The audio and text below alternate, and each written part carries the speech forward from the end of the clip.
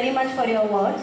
Now I would like to invite our guest of honor, Professor Upendra Pandel sir, to share his words with us.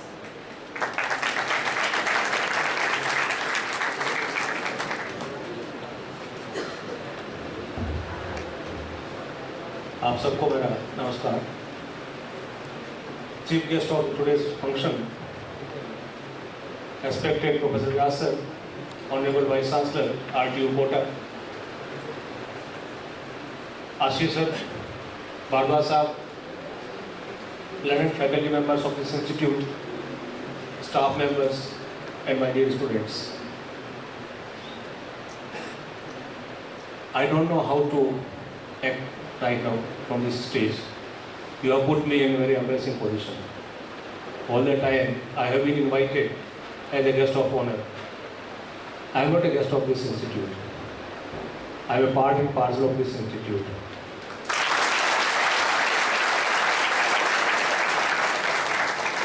And the very first planning of this institute was done in my residence. Dr. Sehdev came to residence and Ravindra was supposed to come to the India to what to do for Ravindra. That time I suggested you go for an engineering college. So I am not a guest of this institute, though I do not come regularly, but I am part and parcel of this institute. So Manish and Upadhyay, please take it note in future, don't call me as a guest of honor or any kind of guest. I am a part of this institute. I am thankful to the organizers, Manish and Upadhyay, Dubey, not only for inviting me here, but giving this opportunity to talk to you. Friends, again, I am under pressure. What to say, what to speak, how to communicate with you. एक बार Shakespeare से किसी ने पूछा, Sir, which work you find very difficult to perform? Then he said, I find two works to perform very difficult. And first one is to climb the wall, which is high enough and inclined towards yourself. And second is to give speech before the eminent persons, academicians, intellectuals. I am a sport person. मैं जो लंगड़ा रहा हूँ इसलिए है कि मैंने 1 महीने पहले घुटने की सर्जरी हुई है. लड़कों के साथ खेलते हुए मेरी टांग टूट गई थी. I am a sports person, I am sprinter.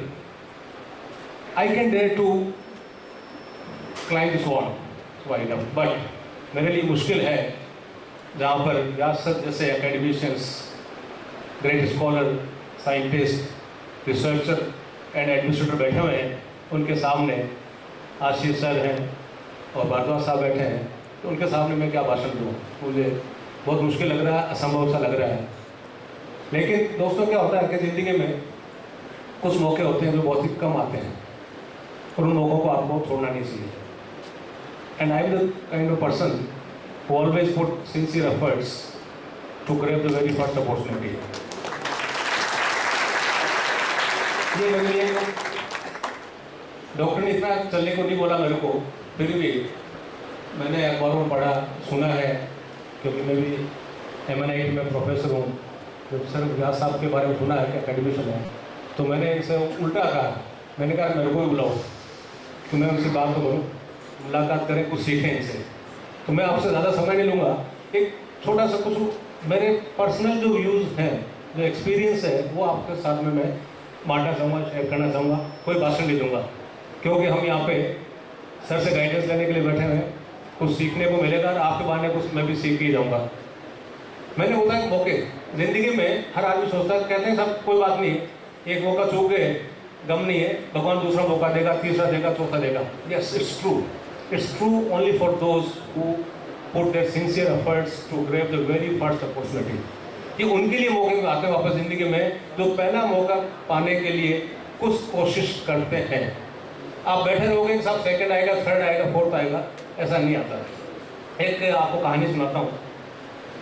किसी गांव में किसान था, छोटा सा गांव, और उसके लड़की जवान हो गई थी, सुंदर बहुत ज़्यादा थी, तो हर आदमी उससे शादी करना चाहता था. तो एक ऐसे ही नौजवान पहुंच गया कि साहब मैं आपकी बेटी से शादी करना चाहता हूँ। अच्छा था, हैंडसम था, पढ़ा लिखा भी था, यंग था। तो किसान ने कहा मुझे तो ठीक लग रहा है, कोई दिक्कत नहीं, शादी करने को तैयार हूँ, एक छोटी सी शर्त है मेरी। कि क्या है? जैसा आदमी होगा जो काम करता है उस हिसाब से शर्त रखता है बेचारा। किसी टाइम स्वयंवर होते थे राजा महाराजा के, उस टाइम उस तरह की बात होती थी, चलाने का वो होना। तो किसान ने कहा मेरे बाड़े में 3 बैल हैं, मैं एक एक करके छोड़ूंगा, किसी एक की पूंछ पकड़ लेना, कबस इतना ही, कबस इतना ही, आपको शादी पक्की। तो वो खुश हो गया, बैठ गया, बाड़े में दरवाजा खोला, पहला बैल निकला, ठीक ठाक सा था, चला, जो झोंकता हुआ चल रहा था। लड़का 10 एक कदम आगे चला, फिर कहा यार इसकी सींग भी छुप सा हो जाएंगे, थोड़ा ठीक ठाक सा लग रहा है, अभी 2 और हैं, उसको पकड़ लेंगे। वो वापस अपनी जगह बैठ गया। तो उसने कहा इसको जाने को दूसरा छोड़ो। तो दूसरा तो उससे पहले से डबल, वो तो मतलब ऐसा डबल जो कुर्सी से नहीं हिला, हिल ही नहीं पाया। उसने कहा जाने दो। तब तीसरा छोड़ो। तीसरा का एक सींग खाई नहीं, दूसरा फूटा हुआ, एक पैर जैसे मेरी है ऐसे लगड़ाता हुआ, दुबला पतला सा। उसने कहा मजा आ गया, शादी हो गई।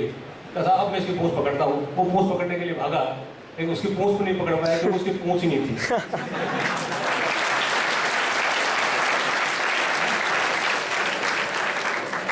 तो दोस्तों ये एक चीज़ है, आपको जो मौका मिले जिंदगी में पहली बार, उसको छोड़ना नहीं चाहिए। मैंने भी नहीं छोड़ा है? अगर मैं आज नहीं होता तो मुझे नहीं पता व्यास साहब के साथ में सानिध्य कब मिलता मेरे को, कब सीख के जाता है। दर्द तो ठीक हो जाएगा, ये तो उसका काम डॉक्टर का, दवाई देंगे, रेस्ट करूँगा तो आपको ठीक हो जाएगा, लेकिन ये मौका मैंने नहीं छूटा। अगर चूकता भी सोचता व्यास साहब तो यही है, हर जगह चीफ गेस्ट आते रहते हैं, बुलाएंगे, फिर मुलाकात होती, शायद नहीं हो पाती है ना, वर्षों लग जाते हैं। तो ये एक मेरा पर्सनल अनुभव है। जो भी मौका मिले, मुझे भी मौका मिले। एक बार ऐसा मौका मिला 6-7 साल पहले, कैसा आपको Jhalawar engineering college of government का उसको प्रिंसिपल बनना है। एक ऐसी जगह थी जिसको मैं नहीं जानता था, बड़ा डिस्टर्ब एरिया था, लेकिन मैंने कहा जिंदगी में बाद में इतने कॉलेज है, मौका मिले ना मिले, मैंने कर लिया। तो उसका नतीजा दूसरा तीसरा मौका भी मेरे को तैयार है, और जो नहीं गए उस टाइम वो आज भी उस मौके को ढूंढ रहे हैं, वो नहीं पाए। तो व्यास साहब को मैं बहुत बहुत धन्यवाद भी करना चाहूँगा, आभार प्रकट करना चाहूँगा इस इंस्टीट्यूट की तरफ से, मेरे स्वयं की तरफ से। हालांकि आज और आभार प्रकट करना चाहूँगा मनीष जी का, दुबे जी का, इन्होंने बुलाया, और आभार मेरे वाइफ को भी धन्यवाद देना चाहूँगा कि आज उसने मुझे फ्री किया। आज वुमेन्स डे है,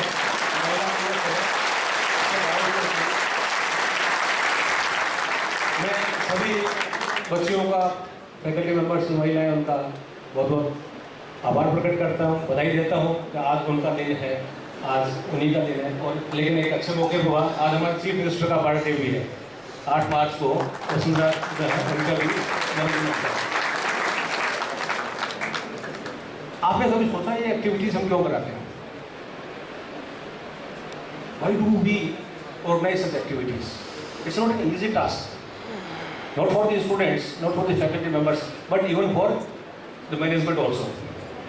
It needs huge amount of money, time, energy. Even then we organize. आप क्लासेस भी मिस होती है, क्या इम्पोर्टेंस है? Now every company they want a complete engineer, complete person. One has to be very creative. One has to be very having the ability to work in a team. One has to be having managerial skill, mentally and physically fit. Of course, above all, the good knowledge of his or her subject. ये activities इसलिए कराते हैं कि आप अपने complete person बन के निकलें। These activities make you learn how to work in a team.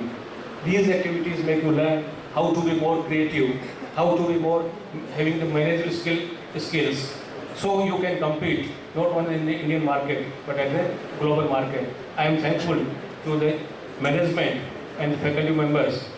They are keen to organize such activities. They are giving such platforms, and I request all of you, please kindly utilize such activities. It is not possible for each and every person to participate on the stage or in the field. ये हर किसी का संभव नहीं है कि कोई गाना गा ले या डांस कर दे या कुछ एक्ट करे, कोई बात नहीं। एक इवेंट करते हैं तो उसमें 50 एक्टिविटी होती है।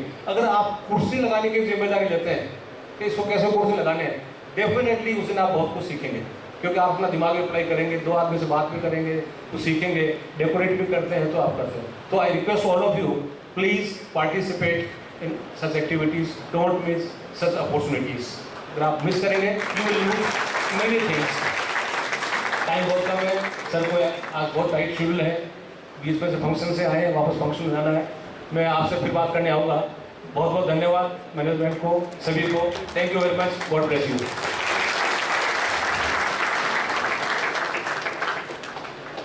Sir, thank you very much for your knowledgeable words for us.